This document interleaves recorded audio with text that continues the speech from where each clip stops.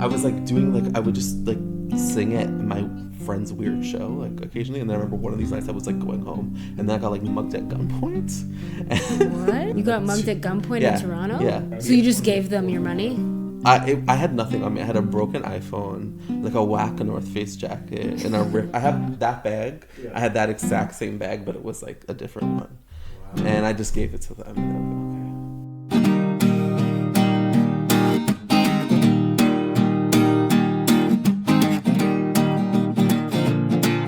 New stool? The studio's getting fancy. I mean, I've had this table in my room forever. I don't know if we can call this a table. That's a nightstand at best. It's not even at best. This is definitely a stool. It's a fold. No, it's a folding. It's meant for a chair. It's not a stool. It's not it's too tall to be a stool. It's definitely. It's like a weird size to be a stool. It's like a bar stool. It folds like a table though. No, man. Yeah, I'm pretty sure it's a table. We gotta put it up on the. Like I have a black stool. Wait, it's a stool. Can we stop saying stool? I want to stop saying stool now. Talk stool. No, stop it. Get closer to the mic. Slide in. Hi, everybody. Welcome to I'm Stool. I'm Stool. That's the best you could do. Is I'm Stool. You know what? Art knows no bounds. Sometimes Except it's the ones sometimes it's abstract. Sometimes it's literal. It could have just been stool trying. See, actually, that would have worked. I think stool trying is better than I'm Stool. Well, sometimes you just fail and you're really down about it. Just gonna put poop emojis on our faces. Just poop emojis stool. On our faces in the art. That's it. That's the whole joke. Yeah, I'm Stool. That'd be such a good diss. You're stool. You're man. such stool, dude. No, it's not. It's not effective. Yeah, it's not, at all. It's effective. That's a good word. Welcome to I'm Effective. I'm Jacob Duran. And I'm Jhanelle Dennis. Welcome to episode 25. We're so glad you're here. This is 25. This is episode 25. What? I just said it. I said it before we started recording. 24 was Play NYC with the wonderful Christy Pride. And 25 is what's happening right now. We've made it to a quarter of 100. We are. If you had a quarter for every episode we made, you'd have 25 quarters. This didn't go anywhere. I apologize. Yeah, and I'm not good at mental math, so I was not.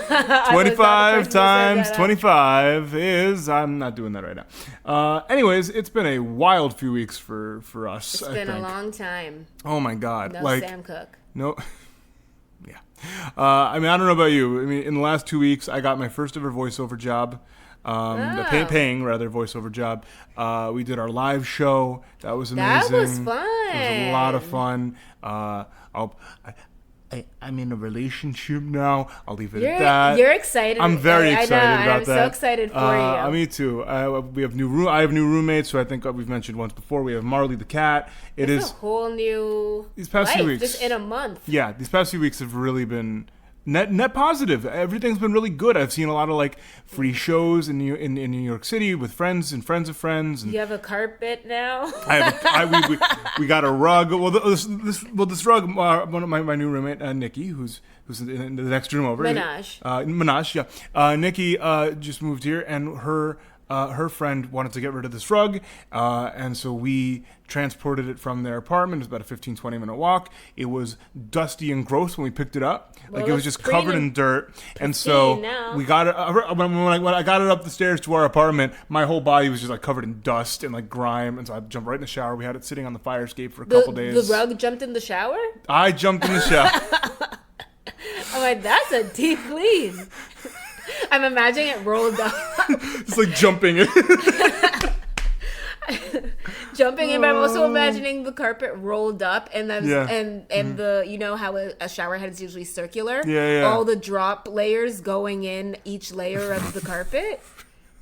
It's very, very ASMR. Sounds like it sounds like an infomercial for some like specific like rug cleaning service. Yeah. Specially designed tools to. We had it sitting on the fire escape for a couple days. Today I just said, all right, the nature's not going to do it, and I beat the heck out of it with a broom until it was clean enough to bring inside and vacuumed it. And it's pretty good now, and it's got texture, brings texture to the room. Yeah, it's like a big, nice. and I don't mean to say this in like a way that's throwing shade at it, but it's like a big cat scratching. It's got a good texture for the cat, and it can handle it. It's fibrous. It can handle it. Yeah. You know what I mean? But she hasn't multi-purpose. She hasn't really been scratching at it much so far. She has her tree right over there. But it's been a heck of a couple weeks for both of us. We're both working hard. We're both doing a lot. Yeah. We're excited. I got a TV. I haven't had a TV for 3 years. Oh, my 3 years? Yeah. Really? Mm-hmm. I just watch things on my laptop. Did you get it mounted and stuff? Yeah, baby. You got it mounted, baby. Mm-hmm. Oh my God, I do have a quick story about this. Tell me about mounting your TV. So Amazon Prime Day, the greatest day of the year, July 16th, the day before my birthday. Okay. So my birthday is the second greatest day of the year. So Amazon Prime had all these crazy sales. The TV already was on sale for $99. Mm-hmm. I'm like, I'd be stupid if I didn't get an Amazon Fire Flames Smart Alexa. Fire Flames Smart Alexa. Amazon.com. Fire Flames Smart Alexa. That's my Billy Joel cover band. Voiced by Billy Joel? No, I was gonna say the woman Peggy Bundy, but I couldn't remember her. Oh, name. what? Peggy she Bundy? She did the voice of Smart House. I could never have pulled. That's some Caroline Moore stuff right there. Being able to pull that info out, that ain't me. That's wow. Okay, well done. Yeah, so I got that thing. Has Alexa talking into the TV. Everything's super futuristic. Yeah. But it's New York. My room's super small, so I'm thinking I have no room for a table or a stand to put this on, especially how my bed is positioned. So I need this up on the wall. I'm gonna mount this something for the first time ever. Didn't do it by myself. Mm-hmm. Amazon had a deal on their mounting service. They have these Amazon home services in the United States. So mounting was like $79. Wow. Which usually that stuff is like $100 something per hour. Yeah. So got that, and you can pay less if you buy your own mount. So I found my own mount for 360 swivel Tony Hawk mount. Like I could turn my TV sideways. Will I? I don't know, but it depends on how much I've had to drink. Yeah.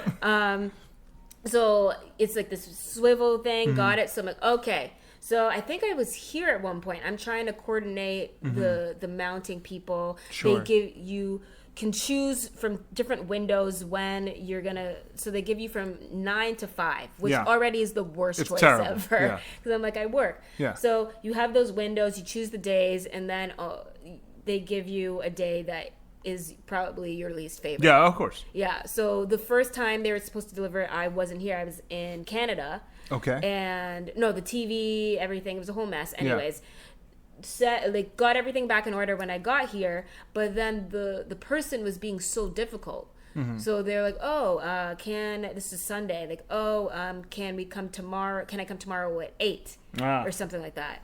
And I'm like, well, in my head, I'm like, you're supposed to be here from a time window of 11 to 2. I was planning to take my lunch at work at that time, so I could go be here for the mounting, but whatever.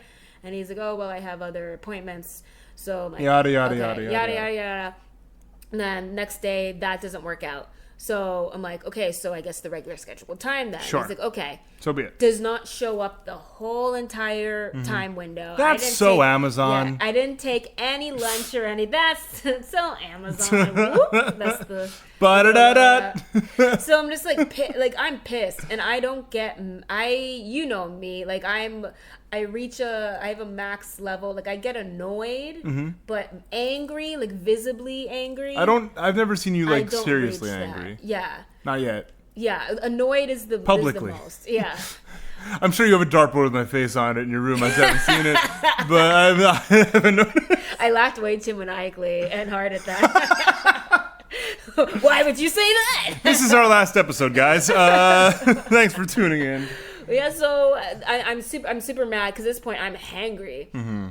So I'm like, oh man. So the person's like, I'll be there at 6. Just announcing I'll be there at 6. Sure. No, I had shows that night. I'm not gonna be there at 6. So where are you gonna go? Mm-hmm. So we arrange it for the next day, and I'm already pissed. I'm like kind of going off. I'm telling people at work, I'm like, who does this guy think he is? Yep. He's taking me for a ride. Yep. He doesn't respect my time. Nope. So I'm like, so they finally show up the next day. So I'm like, okay, come for 6. I'm assertive for once. So I'm like, come tomorrow at 6, which 6 is outside the window, but he was going to come at 6 the day before. So, like, come on now. Yeah, so I'm like, okay, since that's on the table, 6 o'clock it is. Again, tomorrow, I'll see you. They show up, and so it's 2 guys. So I've been texting, because I had the guy's number. I've been texting the person, and then they show up, and it turns out, deaf. Okay. They're both deaf. They're both deaf? Yeah. They're both deaf. They're both deaf. I thought it was just one at one point, but then the one that I was talking to... At some point, like I think I saw like a hearing aid or something in his ear, and like how he's communicating, because I'm like, oh no, they can't hear me, and I'm talking to them. Oh no! And so then I'm like, oh, and they were so sweet, so nice, did a great job, did the mounting in like 10 minutes, did it perfectly. It was one of the hottest days of the summer. They were fully sweating. AC was barely even on. Gave them water. They were amazing. They were sweethearts. They were deaf. And then I'm like, oh no, I was. I mean, obviously, there's no way I could. Yeah, you wouldn't have known over text. But like my energy just switched, and I felt like so. I felt so bad. I'm like, oh man, here I am complaining about this guy. He's like doing a really like. I mean, logistics aside, he did a great job, and you know. The name of the company alluded to the fact that they were deaf, that I really didn't clue into that. The name of the company? Yeah, I don't want to like out them because no, actually maybe I can, because I'm saying net positive. You said that. I'm saying net positive things about them. They were really good. I would get them again. Silent laborers. You're kidding me. Yeah. Their name was Silent Laborer. Yeah, because Amazon contracts these people out. So it was like silent laborers, and I'm like, oh my god, silent. I'm gonna go. They went silent on me when they didn't show up. Didn't know it was literal. Oh my lord. Oh, well, yeah, the TV's up and it's great, and everything's fine. Dolby surround sound. And Jhanelle doesn't feel terrible at all. Yeah, every time I see them, I'm just oh man. Oh god. Anyways, well, I'm glad it got worked out, and let's transition into our episode with Brandon Ash-Mohammed. Brandon was stopping by from Toronto, your old Toronto comic friend of yours, and he came. You guys came over kind of late. It was a late night chat, very mellow. We hung out every single day, saw a lot of comedy, a lot of drag. Yeah, sweet guy. Comedy. Had a lot of fun and enjoyed a mellow little chat, and it was nice. It was good to have you guys, and I've never heard a wilder family visiting story. I never even knew that about him. All these years I've known him. You guys will hear what we're talking about in a minute. Like, he thought he was just going to stay with an aunt, and like, nope. It got crazy quick. I know. Yeah. Absolutely. Hijinks. So, hijinks ensue. So enjoy episode 25 with Brandon Ash-Mohammed. Woo!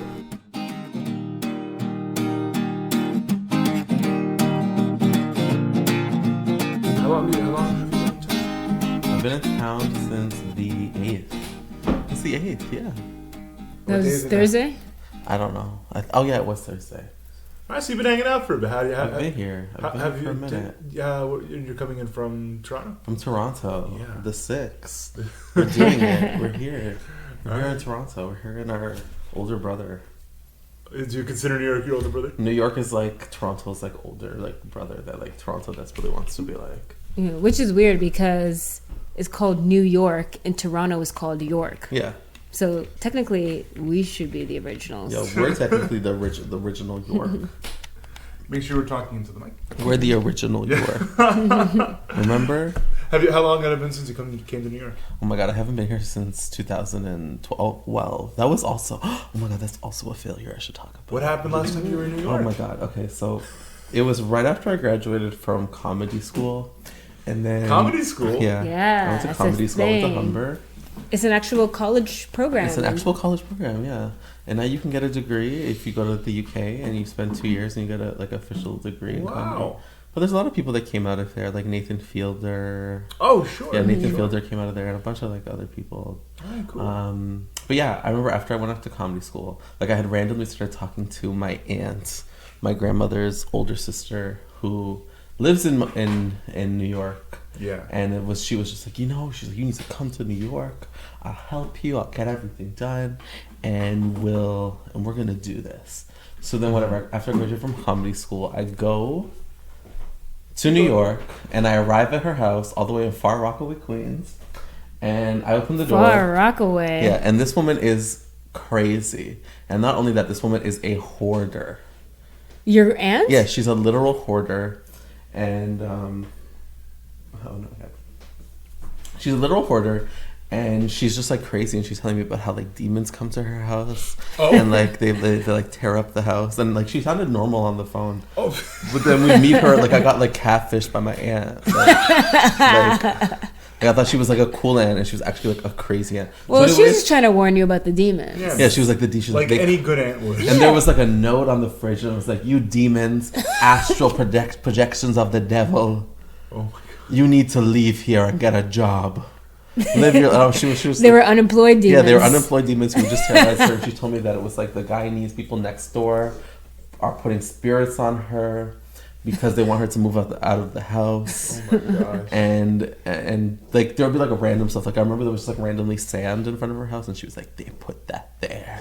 Whatever. She was being crazy. So she was like, "Okay, Brandon, what we're gonna do is she's like, what we're gonna do is you're gonna live with this lady that goes to my church, and you're gonna say that she's your aunt, and you're just staying there for a little bit, but you can't know. You have to be like super like secret, and you have to move all your stuff in at like random times at the night. So like, cause like if her landlord sees, then she's gonna get in like so much trouble. Whoa. So then whatever, I would like have to like do that like secretly, and every night like a lot of the times like I wouldn't have clothes, so I would have to like go from like that house that I was staying at, and then walk over to like my aunt's house, and then get changed, and then go like do shows or like whatever.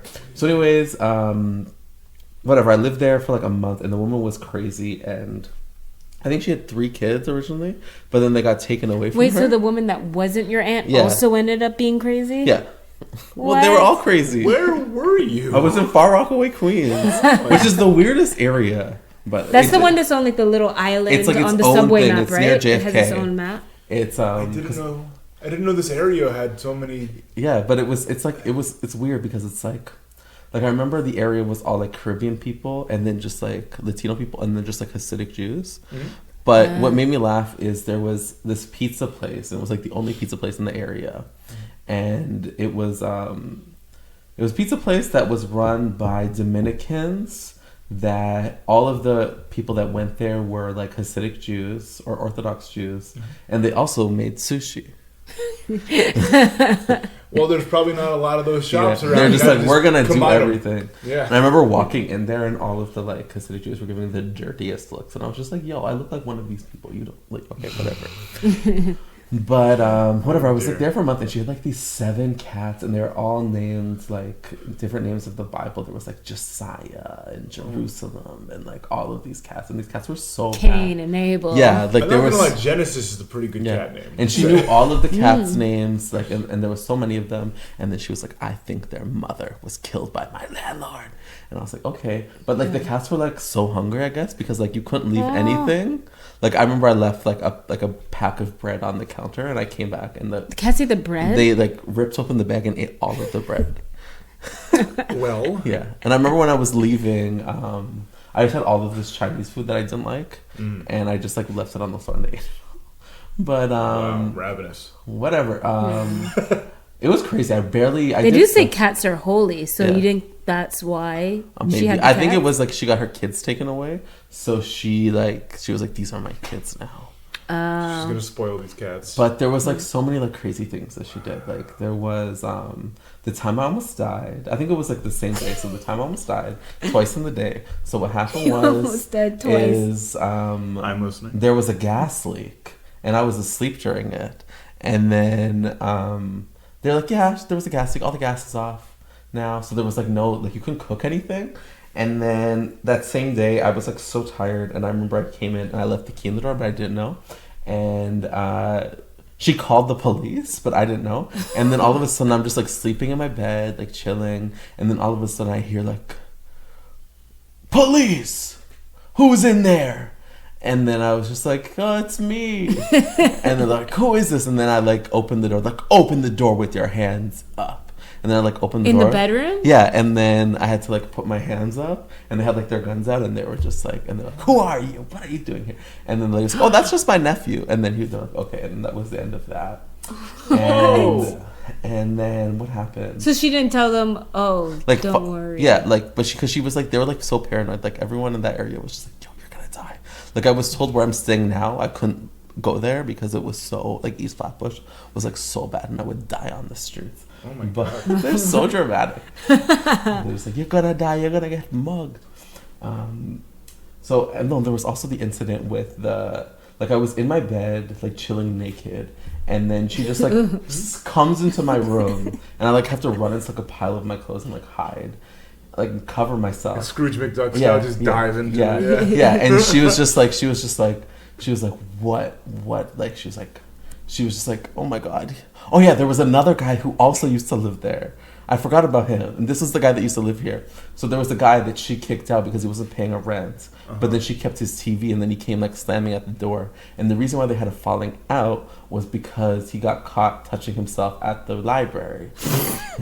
You're just surrounding yourself with delightful people. I didn't do any of this. It was all like all of these signs. I was just like, I don't think something wants me here. Like all of these weird things kept happening. It's the demons. Like my computer stopped working randomly. Like all of this stuff, and there was something telling me that was like, "Do not stay here. Like you have to leave." Maybe the guy who was touching himself at the library was using your computer, and that's why maybe no, but just like it was fine. I remember like I had a cord, and it was brand new, and it just stopped working. Like it just like. And it was just like so like it was so many weird stuff. So then,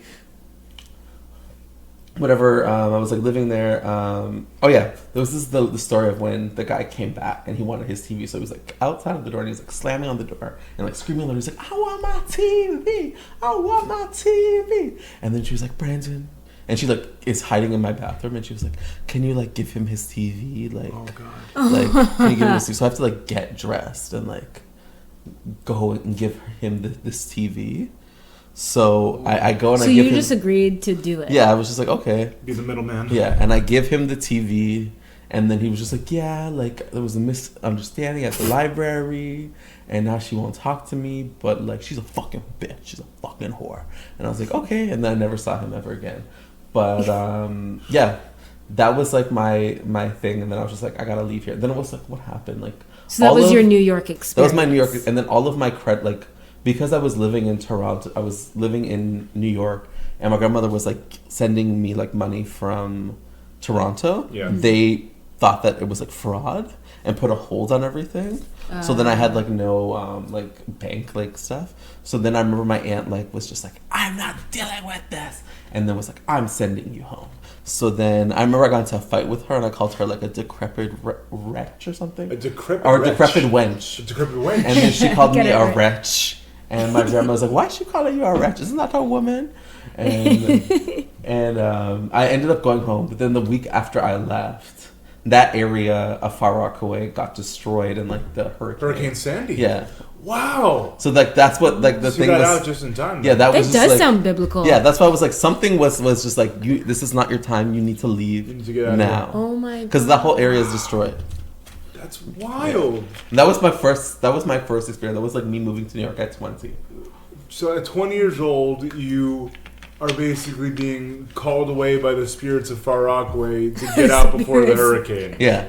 To like come to New York and then be like, get the out of New York. So that's why I didn't come here for 7 years. I was just like, I'm never coming back here. Well, now you got friends here. I guess it's a little easier. Yeah. But like, that's wild.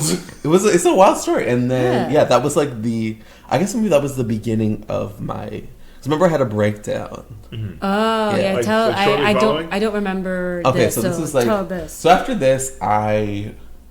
Like to also like there was like a bunch of things that happened previously. Like before I was in comedy school, there was in comedy school there's this big thing called the industry show. And after, what year is this? 2012? This is 2012. So I was like 19, 20 at the time. Sure.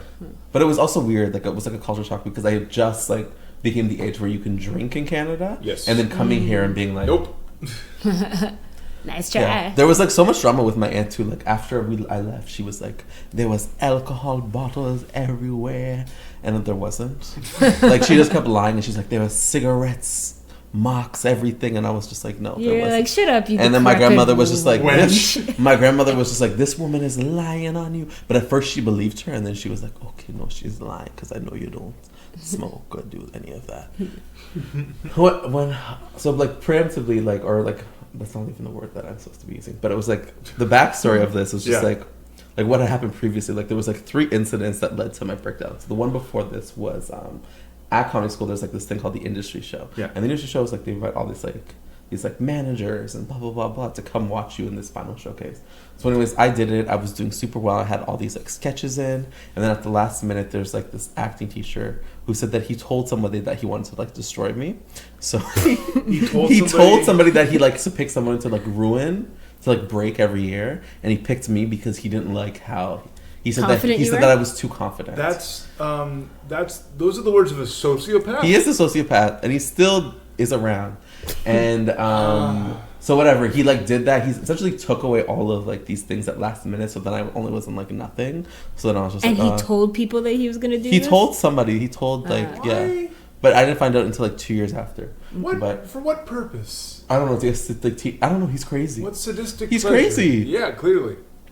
Anyways, that was like the strike 1. Then the strike 2 was like the New York. And then after I moved to New York, I got into this thing called like I was doing stand up again, and I was doing well, and then I got like a nomination for like this thing called like the Timson's Encouragement Fund. The Fresh Meat thing. So I got into Fresh Meat, and then Fresh Meat is like this thing, and they have all these like people perform. Like an up and coming from the comedian. they had like 20 acts, and from the 20 acts they choose 5, and I was one of the 5, so I was in the finals. And there's a cash prize, right? Yeah, there was a cash prize of $5,000. That's very nice. And so I was in the finals, whatever. It was like, and then people started being like so, like horrible to me. Like me and Franco specifically, they were like people who in your school? No, like I was graduated at this time, but it was like people in like the comedy like scene, like all of these just like weird like white dudes.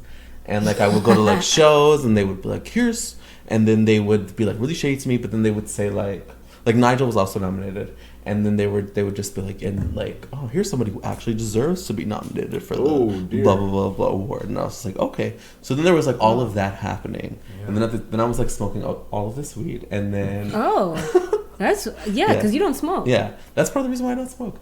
And then so I was just like going through all of this stuff at like 19, 20, and like so much was happening at once. And I remember doing the performance, and I knew I was going to go on first, and I did like this like really crazy performance where I did stand up, and then at the end I sung a gospel version of My Neck, My Back, and then I ripped off, funny. I made like tearaway jeans, and I tore them off, revealed like glittery short shorts, and then I sung the song, and at the end I like jumped into the splits. It was like a crazy performance. It was amazing performance. Brilliant. It was amazing performance. There was lighting. It was amazing. And I remember I had lost so much weight. Like I got like I also got really sick that summer. I got tonsillitis and they abscessed, and I got like, I don't know, I had to take like 3 different types of antibiotics because the first 2 didn't work, and then I tried the last one. The last one was what they used to treat people with malaria. So I was like very like in a crazy place. Yeah, everything. Yeah, but still jumped into those splits. I was better at that time, and I remember just like doing that performance and just like bombing so badly. Like I remember bombing. They weren't into it, but also they had like, it was like so many people I knew who had like heard my jokes so many times. And then it was also like they did not want me to win. They were like we're winning for like blah blah blah. So whenever that happened, and I was just like done, I was just like exhausted. I was like, what is the point of this? And I was just like, I remember canceling on all these shows, and people being like, blah, blah, blah, we'll never book you again. So I was just like, I'm done with these hosts. I'm going to do my own thing. So then for 3 years, I didn't really do stand-up. I would do stand-up like maybe once or twice a year. And once or twice a year? Yeah. And that's pretty much like starting over. Yeah. Because I remember in 2016... I did a show in February. It was the Running at the Mouth show. It was the last show. Running at the Mouth show. It was like the Let's Talk About Sex. I remember doing like super well at that show. And being like, I remember. And being like, So you were just kind of dipping your toes back in. Yeah, I was just like, but that was like February. And then during this time, it was like 2016. I had gotten it. I was trying to like become like a writer, like a screenwriter. And that's what in my show too, IRL. Yeah, that was the first show I did like officially when I came back. But I really wanted to like start writing, so I got into this program called the what was it called? It was like this screenwriter program that's run by the Writers Guild of Canada, and it's like very prestigious. And I got into it, and then that was also kind of a show. Like the person that I was assigned to wasn't like really like supportive of my ideas and was just like very like would always like talk like would always make me feel like bad about my work and wasn't like encouraging. And then after this, I started dating this dude who I had dated like 2 years prior, but then he like ghosted me, and then so we were like dating, and then we started seeing each other again, and then we got into a car accident. Okay. All right, time out. And how old are you at this point? This was 3 years, so I was like 22, 23. Oh my god. Isn't this a crazy story? This is a hell of a couple years. Oh my god. So I get into a car accident. How severe, yeah. It was like pretty bad. Okay. But like I wasn't like injured, like it was just like my back got for like I had like a lot of soft tissue like stuff on my back. Damage. So like I would get like these like crazy like back spasms and like so I didn't work for like I remember a year, and then I was dating my ex during this time, and then he was the ex that was in the accident. That was in the accident. That's how we started dating. I was like, we were in this accident. Almost shared died. trauma. Oh my god, this is love. Shared back trauma. Yeah. You also kind of look like my ex, so it's like really weird. Is that weird? Yeah. I'm sorry about that. Yeah. And you're hunching like your back is hurting. Was he a white Jewish guy? No, he's Greek. Oh, well then I don't know him. I should show you a photo. Actually, you kind of look like him, and it's I'm sorry if it's upsetting. Yeah. No, it's not upsetting. Okay, it's just cool. Like, I was just like, I'd rather get you look like my ex than you look like Seth Rogen for the millionth time. So I'll take it. Thank you. They're good-looking guys. Thank you. You're a good-looking guy. Take the compliment. I was telling her, I was just like, he's a good-looking guy. I appreciate. I take it. I enjoy it. Thank you very much. Enjoy it. Absolutely. My ego this week is just like is too big. It's usually like a golf ball. Right now it's a watermelon. I'm riding high at the moment. Yeah. So during this I'll go back to this. So like during this relationship, enough of you feeling good about yourself. So my ex-boyfriend was like this Greek. He was Greek Orthodox. Sure. And he had like all of like this like religious like weird religious thing, and then also like his family was like racist and didn't like black people. So his family was not gonna like me. And he would just do all this like weird shit. Like he'd be very like supportive, but then at the same time, like I remember he's like, "Oh, so how come why don't you do comedy anymore?" And I was like, "Oh, because like this, like I told him what I told you."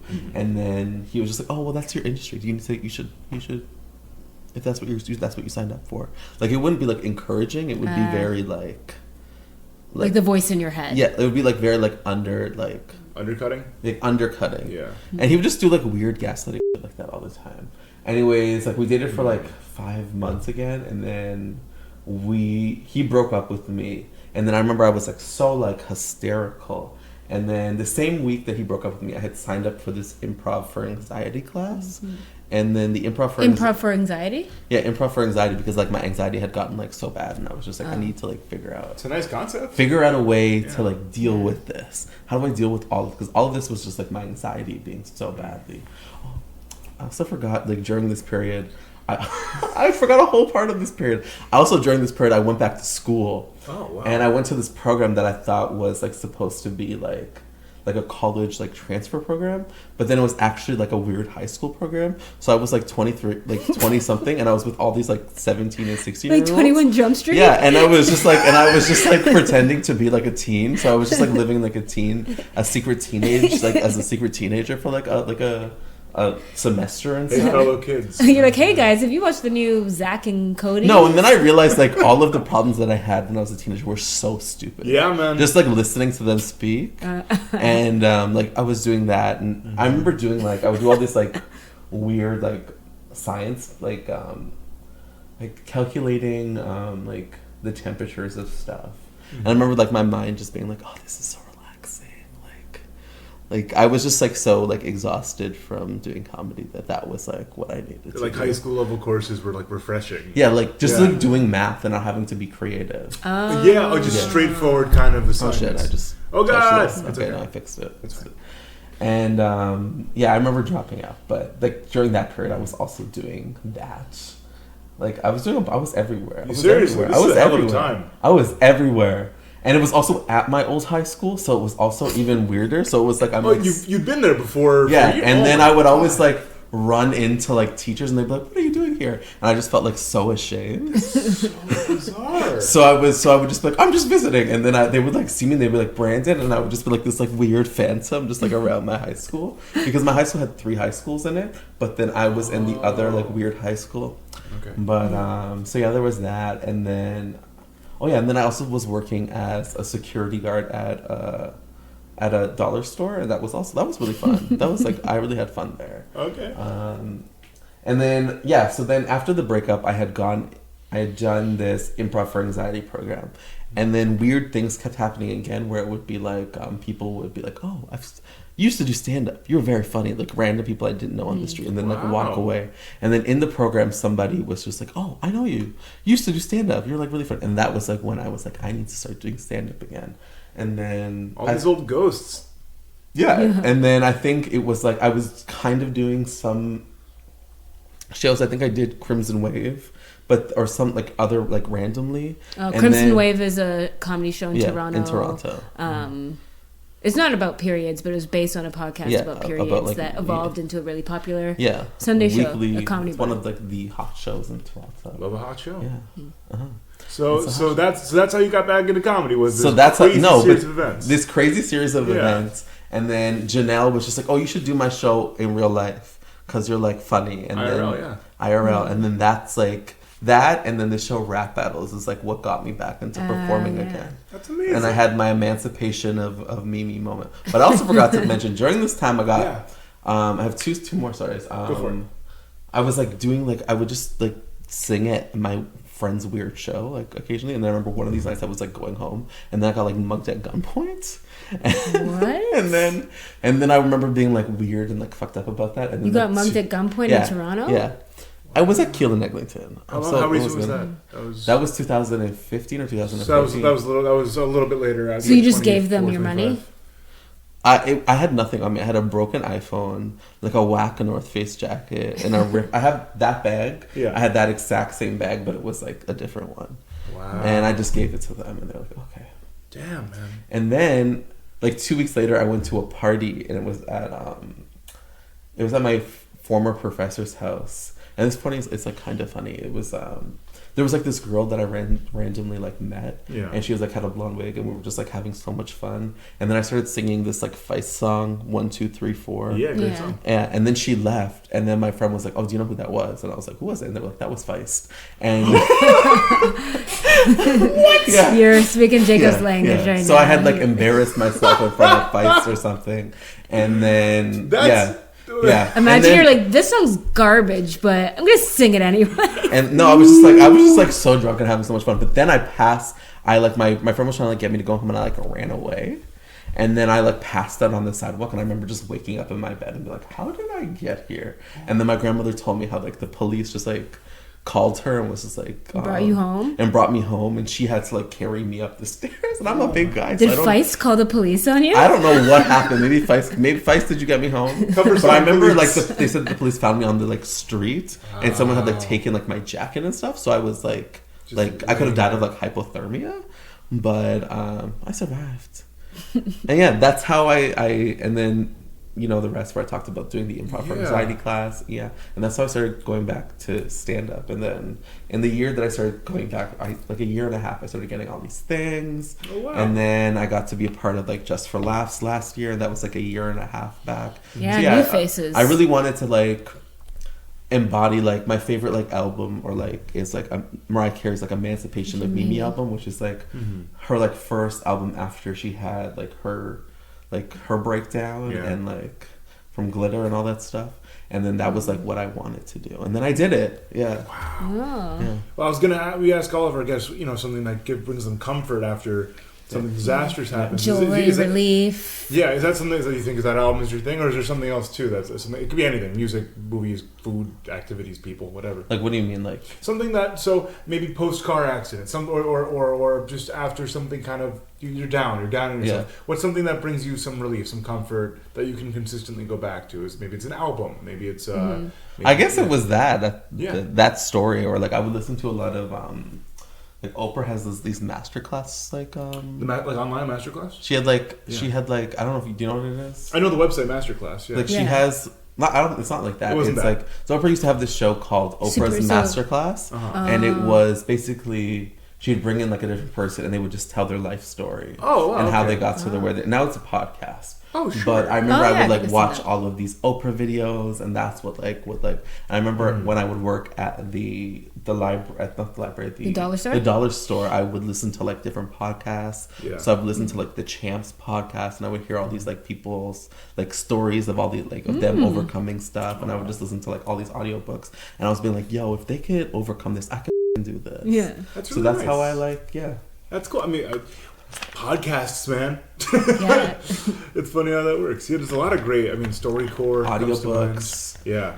What was your favorite audiobook? And I really liked Shania Twain's audiobooks. Still the one. Did she narrate it herself? She doesn't narrate it herself, I think, but you just hear like how up her life was, and you're just like, oh, okay, like.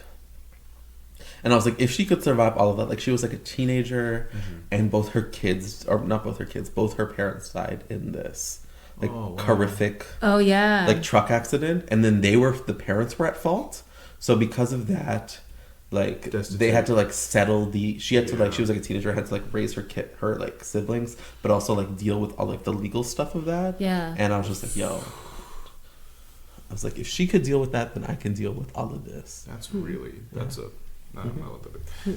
was like my biggest like failure was like, I think I touched on everything. That's a hell of a couple of years. Isn't it a crazy story?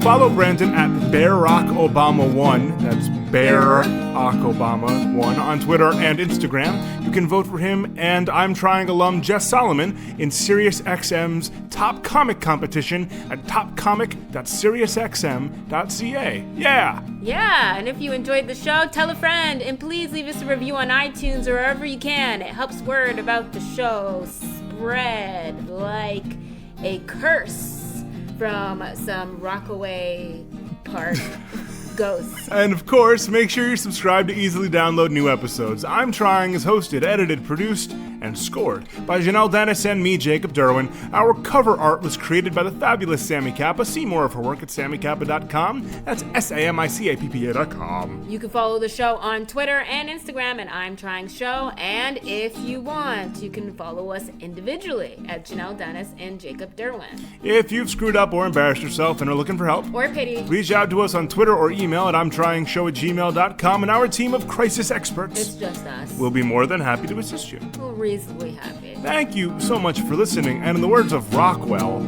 I always feel like somebody's watching me.